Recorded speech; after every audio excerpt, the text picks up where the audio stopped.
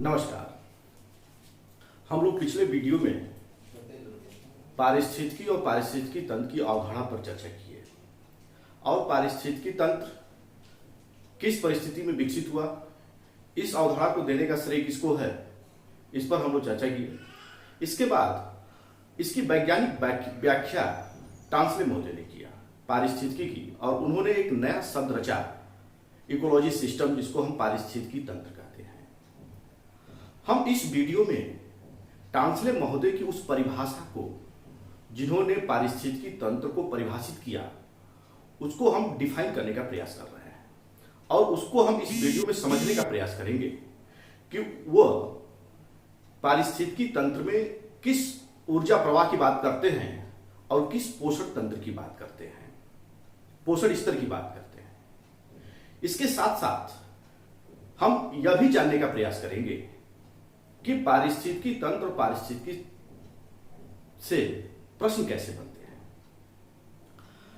पिछले वीडियो में हमने यह देखा कि पारिस्थितिकी तंत्र को जो परिभाषित किया गया था वो कुछ ऐसा था कि किसी विशेष भौगोलिक क्षेत्र के अंदर रहने वाले सभी जीवधारियों, किसी विशेष भौगोलिक क्षेत्र के अंदर रहने वाले सभी जीवधारियों का और उस भौगोलिक क्षेत्र के वातावरणीय परिस्थितियों जैसे जल, वायु, मृदा के साथ ऐसा अंतर संबंध जिसमें ऊर्जा का प्रवाह और पोषण श्रृंखलाएं स्पष्ट रूप से समायोजित हों, तो ऐसे भौगोलिक क्षेत्र को हम पारिस्थितिकी तंत्र कहेंगे। इसमें हमने दो शब्दों का प्रयोग किया, एक ऊर्जा प्रवाह और एक पोषण स्तर। इसी को समझना है।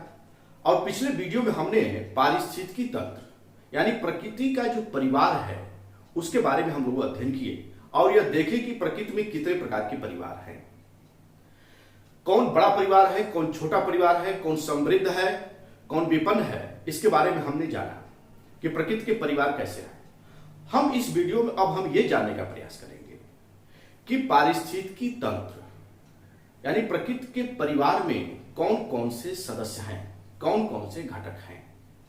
चलिए देखते हैं। पारितंत्र का गठन जब हम देखेंगे तो प्रकृति का जो परिवार है इसमें मुख्यतः दो घटक दिखते हैं, एक सजीव और दूसरा निर्जीव घटक। जो सजीव है इसको हम जैविक घटक कहते हैं और निर्जीव घटक को अजैविक घटक कहते हैं। इसके अंतर्गत जल, मृदा, वायु जैसे घटक आते हैं और सजीव में सभी जीवित प्राणी आते हैं। तो प्रकृति में का जो परिवार है उस परिवार में ये दो घटक हैं। जो सजीव घटक है यानी प्रकृति में जो जीवित प्राणी है वो तीन प्रकार का होता है।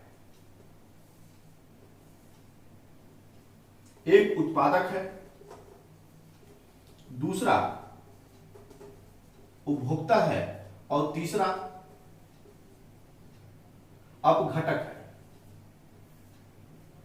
उत्पादक, उपभोक्ता, अपघटक यानी प्रकृति के परिवार में जो जीवित प्राणी है, जो सजीव घटक हैं, वो तीन प्रकार के दिखते हैं।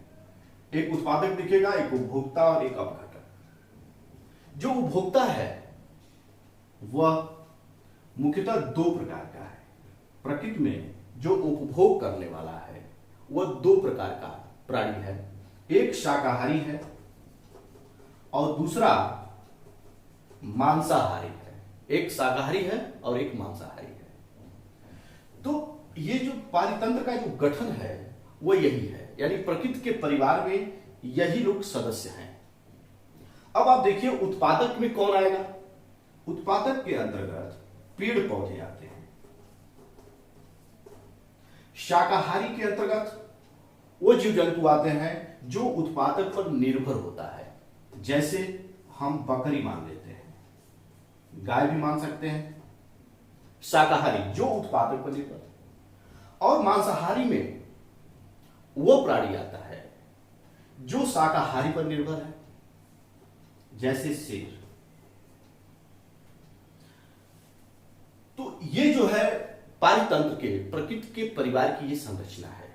इस तरह के लोग रहते हैं। और अपघटक में वो सूक्ष्म जीव होते हैं जो मृत अवशेषों पर अपना जीवन यापन करते हैं। इसीलिए अपघटक को मृतपोषी भी कहा जाता है। इन्हें हम मृतपोषी भी कहते हैं। मृतपोषी के अंतर्गत दीमक, जू, जीवाणु, ये सब सारे सूक्ष्म जीव आते हैं। दीमक, जू, जीवाणु। तो अब हम देखें कि जो प्रकृति का जो परिवार है, इसमें हमको ये बात समझ में आ गई, उत्पादक, उपभोक्ता और अपघटक है। उपभोक्ता दो प्रकार का, एक शाकाहारी एक मांसाहारी है। एक तीसरा भी है जो कॉमन है, यानी जो वो शाकाहारी भी है और मांसाहारी भी है। लेकिन प्रकृति ने मुख्यतः दो प्रकार के उपभोक्ता बनाए, एक शाकाहारी और एक मांसाहारी। ये जो है पारितंत्र में रहने वाले लोग हैं। उत्पादक है, शाकाहारी है, मांसाहारी है और अपघटक है। तो जो उत्पादक है इसको हम प्रथम पोषण स्तर का प्राणी कहते हैं। अब देखिए, पोषण स्तर शब्द का प्रयोग हो रहा है पारितंत्र में। जो परिभाषा जो दिया गया था टांसले महोदय द्वारा, उसमें उन्होंने एक शब्द पारितंत्र पोषण श्रृंखला की बात कही थी, पोषण स्तर की बात कही थी, और दूसरा ऊर्जा प्रवाह का। तो पोषण स्तर इसी की बात कर रहा है।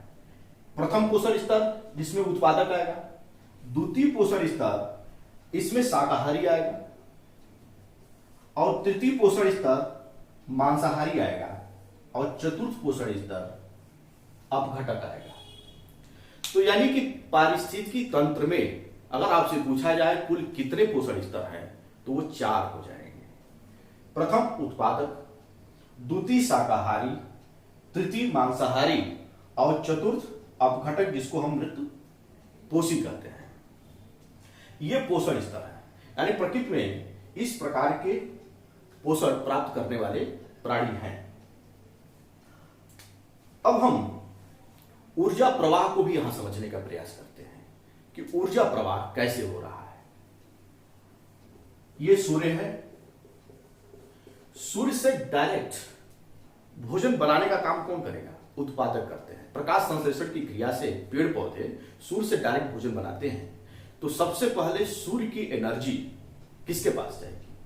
उत्पादक के पास जाएगी। इससे ऊर्जा से पेड़ पौधे विकसित हुए, अपना भोजन बनाया, और उस जो सूर्य की एनर्जी से जो उन्होंने भोजन बनाया, उस भोजन का 90% हिस्सा अपने शरीर के विकास में खर्च कर देते हैं, और उस ऊर्जा का 10% हिस्सा उस वृक्ष में रह जाता है।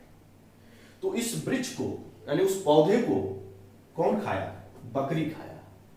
तो जो ऊर्जा जो 10% जो स्टोर है इस पौधे में, इससे ट्रांसफर हो गई बकरी में। 10% ऊर्जा कितनी है? 10% ऊर्जा इसमें ट्रांसफर हो गई। फिर यह जो बकरी है, इस ऊर्जा का, यानी 10% जो ऊर्जा गई, उसका 90%, यानी 10 का 90% जो ऊर्जा है वो अपने शरीर के विकास में खर्च कर दिया।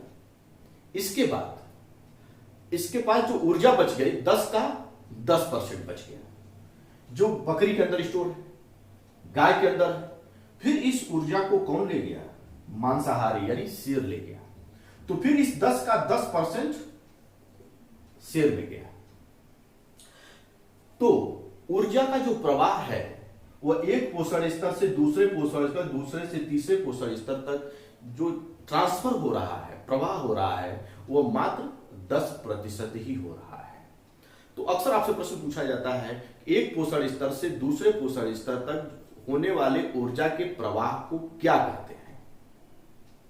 यहीं पर एक नया शब्द आता है, उसी को हम कहते हैं पोषण श्रृंखला या खाद्य श्रृंखला। जो शब्द आता है वो आता है खाद्य श्रृंखला। आपसे प्रश्न पूछा जाएगा कि निम्नलिखित में से कौन सा कथन खाद्य श्रृंखला को परिभाषित करता है? तो उसमें एक ऑप्शन ऐसा होगा जिसमें लिखा होगा एक पोषण स्तर से दूसरे पोषण स्तर तक ऊर्जा का प्रवाह। इसी को हम कहते हैं खाद्य श्रृंखला। यानी यह श्रृंखलाबद्ध ढंग से यह जो है, जो पोषण स्तर में जो ऊर्जा का प्रवाह है वह क्रमबद्ध ढंग से आगे बढ़ रही है, एक दिशी है। और आपसे प्रश्न पूछा जा सकता है कि जो एक पोषण स्तर से दूसरे पोषण स्तर तक जो ऊर्जा का ह्रास हो रहा है वो कितने प्रतिशत हो रहा है, यानी यहां से यहां तक प्रत्येक पोषण स्तर तक जाने में ऊर्जा कितने प्रतिशत क्षतिग्रस्त हो जाती है, समाप्त हो जाती है। वो समाप्त कैसे हो रही है? शरीर के विकास में।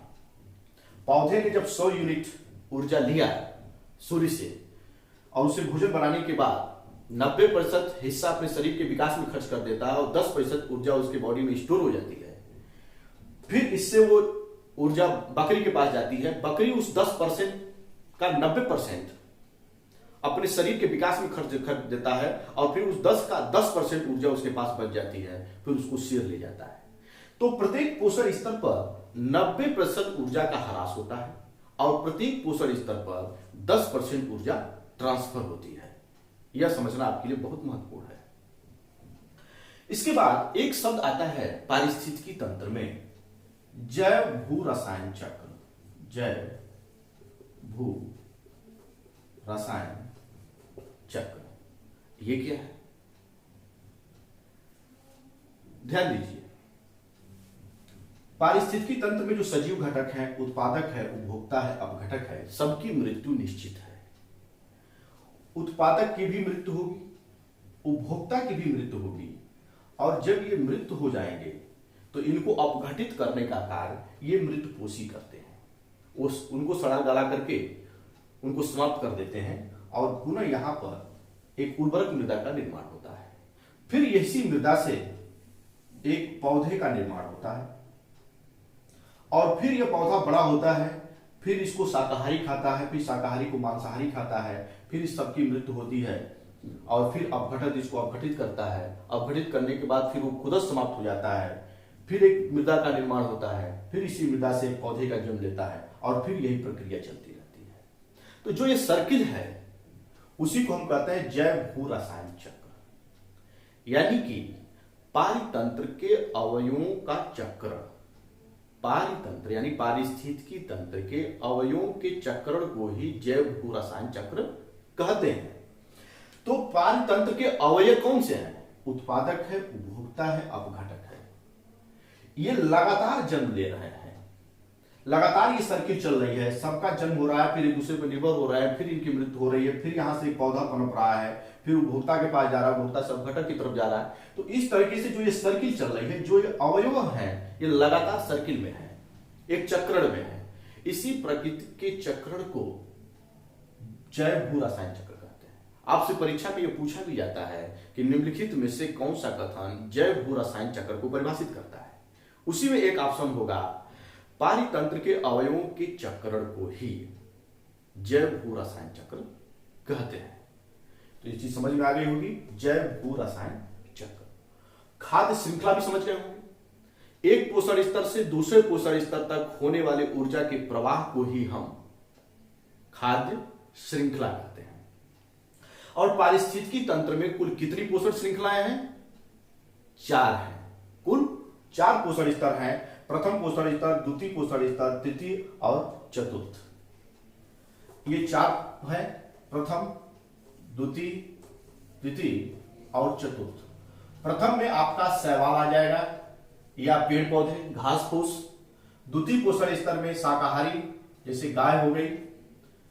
तृतीय पोषण स्तर में मांसाहारी शेर हो गया और चतुर्थ में मृतपोषी जीवाणु। आपसे ऑप्शन यही होता है और प्रश्न यह पूछा जा सकता है कि निम्नलिखित में से तृतीय पोषण स्तर का प्राणी कौन सा है, निम्नलिखित में से चतुर्थ पोषण स्तर का प्राणी कौन सा है। तो अगर आप इस परिभाषा को, इस कॉन्सेप्ट को समझ गए हैं तो आप निर्णय ले सकते हैं कि संसार में कौन सा प्राणी प्रथम पोषण स्तर का है, कौन द्वितीय है, कौन तृतीय है, कौन चतुर्थ है। एक चीज और ध्यान दीजिए कि जो चतुर्थ पोषण स्तर का प्राणी है, जिसको हम अपघटक कहते हैं, इसको प्रकृति का मेहतर भी कहा जाता है। मेहतर का तात्पर्य सफाई कर्मी। आपसे पूछा जा सकता है कि प्रकृति के सफाई कर्मी किसको कहा जाता है या प्रकृति का मेहतर किसको कहा जाता है? उसको अपघटक। उनको इसलिए कहा जाता है कि इस प्रकृति में जो भी चीजें अवशेष के रूप में बचती हैं, उनको ये अपघटक जिसको मृत कोशी कहते हैं, उनको सड़ा गला करके उनको एक उर्वरक शक्ति के रूप में उनका निर्माण करते हैं और इस तरीके से प्रकृति को साफ सुथरा करने का प्रयास करते हैं। इसीलिए हम इन्हें प्रकृति का मेहतर भी कहते हैं। प्रकृति को साफ करने का काम यही सूक्ष्म जीव किया करते हैं। अगर ये न हो, इनको समाप्त कर दिया जाए, तो प्रकृति की जो चीजें हैं, जो अवशिष्ट हैं, जो बेकार चीजें हैं, उनको अपघटित नहीं हो पाएगी और फिर प्रकृति में तमाम प्रकार की समस्याएं उत्पन्न कर देंगे। तो ये प्रकृति के मेहतर हो गए। यही जो है पारितंत्र है। इसी को उन्होंने कहा था कि किसी भी भौगोलिक क्षेत्र में अगर ये संरचना दिखती है, तब हम कहेंगे कि वो भौगोलिक क्षेत्र पारितंत्र है। उसी को हम पारिस्थितिकी तंत्र कहेंगे, यानी कि वहां पर पूरा जो तंत्र है वो डेवलप है। अगर मान लीजिए उत्पादक न हो, उपभोक्ता और अपघटक हो, तो माना जाएगा कि वो पारिस्थितिकी तंत्र वो विकसित नहीं है। तो हमें इस बात का ज्ञान हो गया होगा कि हम पारिस्थितिकी और पारिस्थितिकी तंत्र को कैसे समझें और किस तरीके से इससे प्रश्न बनेंगे। इस पर जो है हम लोग पूरी तरीके से या कन्फर्म हो गए होंगे कि कैसे उसको पढ़ा जाए और किस तरह से समझा जाए। अगले वीडियो में हम पारिस्थितिकी तंत्र की विशेषताएं पर चर्चा करेंगे। धन्यवाद।